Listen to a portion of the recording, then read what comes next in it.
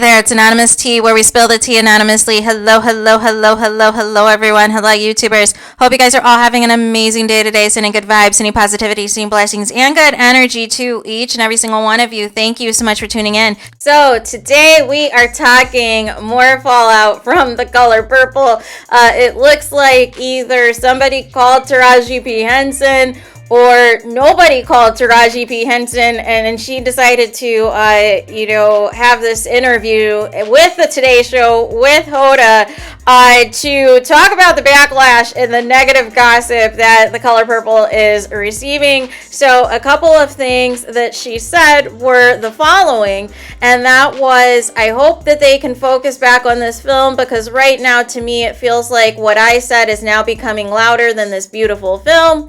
And she also says, and that's not fair to me or anybody in the film, because the film deals with women who are oppressed, who live in an oppressed system, men and women, and all the characters in that film except for the white people. So that movie is about healing. That movie is about sisterhood. So here is the thing. Here's the thing. Technically, the negative press for The Color Purple didn't start with Taraji P. Henson. If we're going to keep it a buck, technically, the first thing that I saw as it pertained to the press tour for The Color Purple was Oprah's comment about the studio preferring Beyonce or Rihanna to do the role because Warner Brothers was concerned that nobody was going to see the movie and that they were not going to get butts in the seats.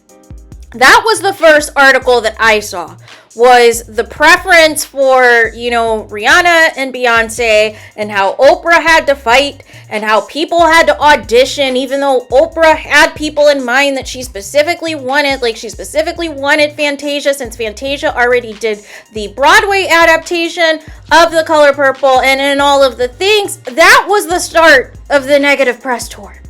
And then Taraji added to it. But here's the thing. Here's the thing, though. The other actors talked about the conditions too. It just is that Taraji is the biggest name out of the three of them that they're going to point to. And ultimately, if you guys have been paying attention to these press tours and who now is at the award circuit, you're not seeing much of Taraji P. Henson at these award shows, you guys. That it's very much Oprah, Fantasia, and Daniel Brooks. So that's something else. But I can't completely have this all fall on Taraji, because I don't believe it's fair that Taraji is being made the scapegoat for all of this. I think, like I said in a previous video, the root of this was this film even being made in the first place. And this being, a musical.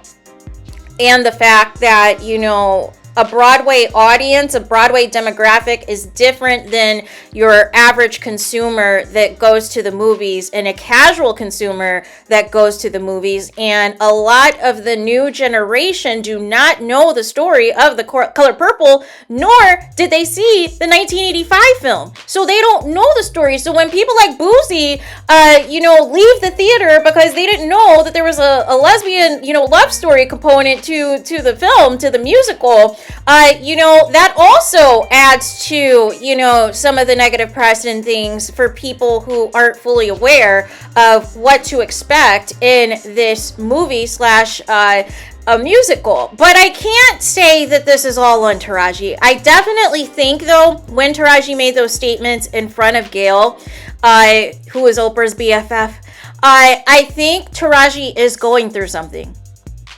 I truly think she is. I think she is going through something, because how emotional she was and how upset she was, it felt like she was at her brink and that she was at her breaking point, and that this was just like the tip of the iceberg, right? And the cast can say until they're blue in the face that everything got fixed, that once Oprah was notified, things got fixed. But the problem is, it shouldn't have had to been a situation for things to be fixed in the first place. And unfortunately, the conversation really should have been about how for future, films that we're making sure that the black actresses are having adequate trailers, adequate access to food and water and all of the things, but instead we turned it into, who's to blame, who's to point fingers that the movie has barely broke 60 million that costs 100 million to make. Whose fault is it? Who is responsible for this? And I feel like we've lost the plot once again, you guys. We have lost the plot. We should be, what happened is we should have been looking into the things that Taraji was saying and see if this was something that was taking place across the board, if other actresses were going to speak up. And it sounded like Gabrielle Union, while quietly, was liking tweets that kind of confirmed some of the things that Taraji was saying. And then we have Vivica Fox, who was like, that's not me. That is not me, child. So it was a back and forth, but ultimately the focus turned to Oprah. And regardless if you like Oprah or not, the fact of the matter is this is the second film that she has been a part of, that she was one of, the production companies either affiliated with it from start to finish or affiliated with it as far as the marketing and distribution after the fact, such as Precious with the movie that Monique was previously in and won the Oscar for. But with that being said, you can't have, these movies and these adaptations be overshadowed by drama and controversy. It's just not okay. But I don't feel that Taraji is completely to blame for this. I feel like it started, like I said, with the comments that the studio preferred Beyonce or Rihanna. Because to me, if I'm an actor on this film, if I'm a part of this film and I'm hearing, oh, you prefer Beyonce or Rihanna, to me, that's a slap in the face to me. Because ultimately you're saying I'm not good enough to fulfill the role. I'm not A-list enough to fulfill the role, and I'm not going to be able to attract people to come see this film. So I feel like in a way Taraji felt slighted. And she's probably not going to come out and say this, but I feel like she felt slighted. I felt like she felt, that she's paid her dues. She's been in this industry for, decades now, and her pay has not increased. She's fired her previous teams because they were not getting her out there like she was expecting to. Because I think at one point in time she had the same management as Halle Berry when Halle Berry was the it girl in Hollywood and getting all of the roles and all the things. And Taraji was expecting that same type of treatment. And then after the role of Cookie on Empire, everything just kind of fizzled for her. And so, I understand her frustration, but I think also, there's a time and a place to address this. But I think, like I said, I think Taraji was going through something, and this was her breaking point, unfortunately. And ultimately, this is what people are talking about. And even though people in the cast are corroborating what Taraji has said, they're trying to distance themselves now from Taraji to make it seem like she should be the scapegoat and potentially blackballed for future movies and TV shows. And I don't think that's the case. I don't feel that she should be labeled as difficult to work with like Monique was and be blackballed and be regulated to, the Chitlin circuit or something, or, some lower budget TV shows, or having to go back to work for Tyler Perry or whatever. Like, I don't feel that should be, the fate of Taraji. But I felt that there are a lot of issues overall, starting with the arrogance that this film was going to do big numbers. Not everybody, like I said, is into remakes. And not everybody was keen on selling The Color Purple as a musical. And, some people didn't like Taraji's acting. A lot of people raved about Fantasia's acting.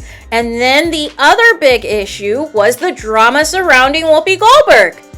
Where was Whoopi Goldberg? Where was she? Why wasn't she at the premiere? Why wasn't she a part of this at all? Why did she have such a small cameo in the film? And it was rumored she was supposed to have a larger, role in the film, but Oprah allegedly axed that.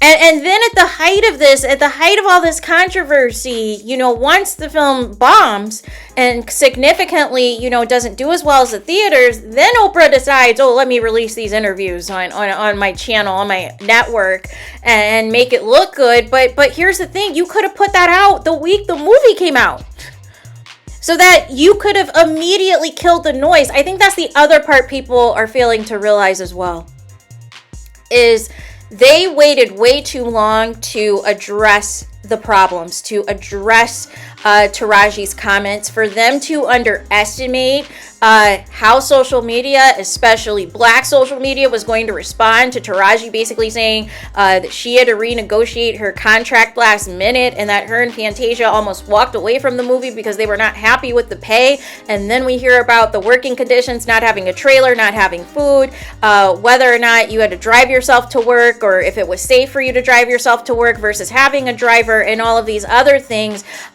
You know, the problem was it kept building and building and building on these press interviews, and it doesn't matter how many months ago that these actors did it, we are hearing it for the first time when they come out.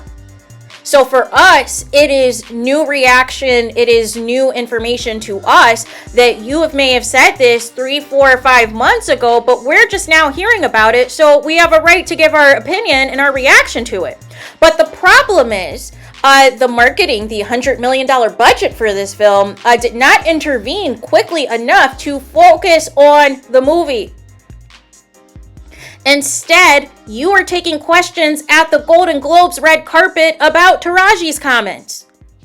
So again, you also had the opportunity to flip the narrative, and even Fantasia and Daniel Brooks had to try to steer Oprah away so that they can go to the red carpet because they've never experienced the Golden Globes before. So there were opportunities to change this narrative, to change this focus, and not have the negativity dominate this film. But the negativity started with the preference of Beyonce and Rihanna, if we're keeping it a buck, and that didn't come out of Taraji's mouth. So there is that. So let me know your thoughts in the comments. Please do not forget to like, comment, and subscribe. Hit the notification bell so you're notified the moment I post new content on my channel. And with that being said, I'll talk to you guys again very soon.